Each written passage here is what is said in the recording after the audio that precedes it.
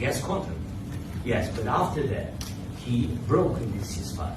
He killed our people, and he didn't exchange prisoners. We signed the exchange of prisoners, but he didn't do it. What kind of diplomacy, JD, you are speaking about?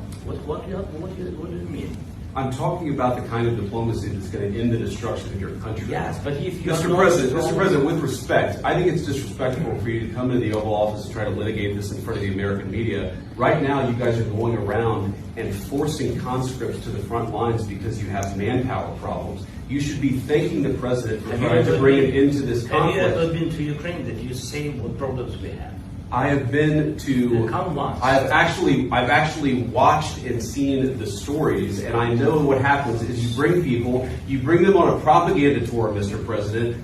Do you disagree that you've had problems bringing people in your military? And do you think that it's respectful to come to the Oval Office of the United States of America and attack the administration that is trying to prevent the destruction of your country? A lot of questions. Let's start from the beginning. Sure. First of all, during the war, everybody has problems. Even you, but you have nice ocean and don't feel now, but you will feel it in the future. God bless. You don't know that. God bless. You don't God know bless. that. You will not have a war. Don't tell us what we're going to feel.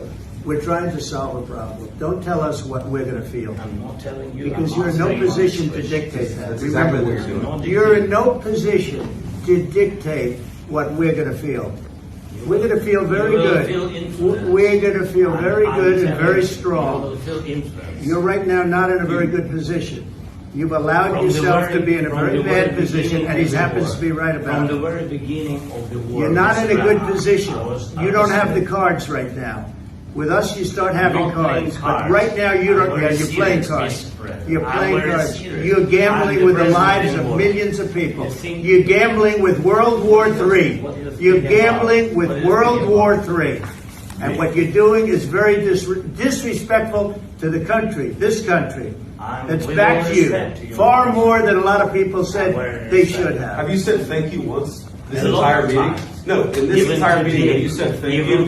You went to Pennsylvania and campaigned for the opposition in October. Offer some words of appreciation for the United States of America and the president who's trying to save your country.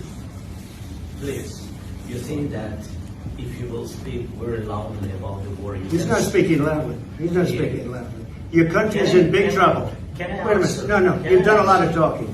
Your country is in big trouble. I know. You're not winning. You're not winning this. You have a damn good chance of coming out okay because of us. Mr. President, we are staying in our country, staying strong from the very beginning of the war. We've been alone. And we are thankful. I said thanks. You haven't been alone. You haven't been alone. We gave you, through this stupid president, $350 billion. We gave you military equipment, and your men are brave, but they had to use our military. If you didn't have our military equipment, this war would have been over in 2 weeks. In 3 days, I heard it from Putin. In 3 days. This is something maybe less. In 2 weeks, of course, yes. It's going to be a very hard thing to do business like this. Again, just say thank you. I said a lot of times. Except that there are disagreements, and let's go litigate those disagreements rather than trying to fight it out in the American media when you're wrong. We know that you're wrong. But you see, I think it's good for the American people to see what's going on. I understand. I think it's very important. That's why I kept this going so long. You have to be thankful. You don't have the cards. You're buried there. Your people are dying. You're running low on soldiers. Listen, you're running low on soldiers. It would be a damn good thing. And then you tell us, I don't want a ceasefire. I don't want a ceasefire. I want to go and I want this. Look, if you could get a ceasefire right now, I tell you, you take it so the bullets stop flying and your men stop getting killed. Of course, we want to stop the war. But you're saying you don't want a ceasefire. I want a ceasefire because you'll get a ceasefire faster than an agreement. Ask our people about a ceasefire, what they think. That wasn't with me. That wasn't with me.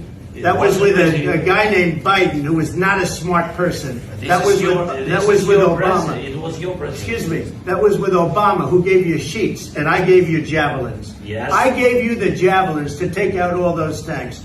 Obama gave you sheets. In fact, the statement is, Obama gave sheets and Trump gave javelins. You got to be more thankful. Because let me tell you, you don't have the cards. With us, you have the cards. But without us, you don't have any cards. One more question to Mr. Vice President.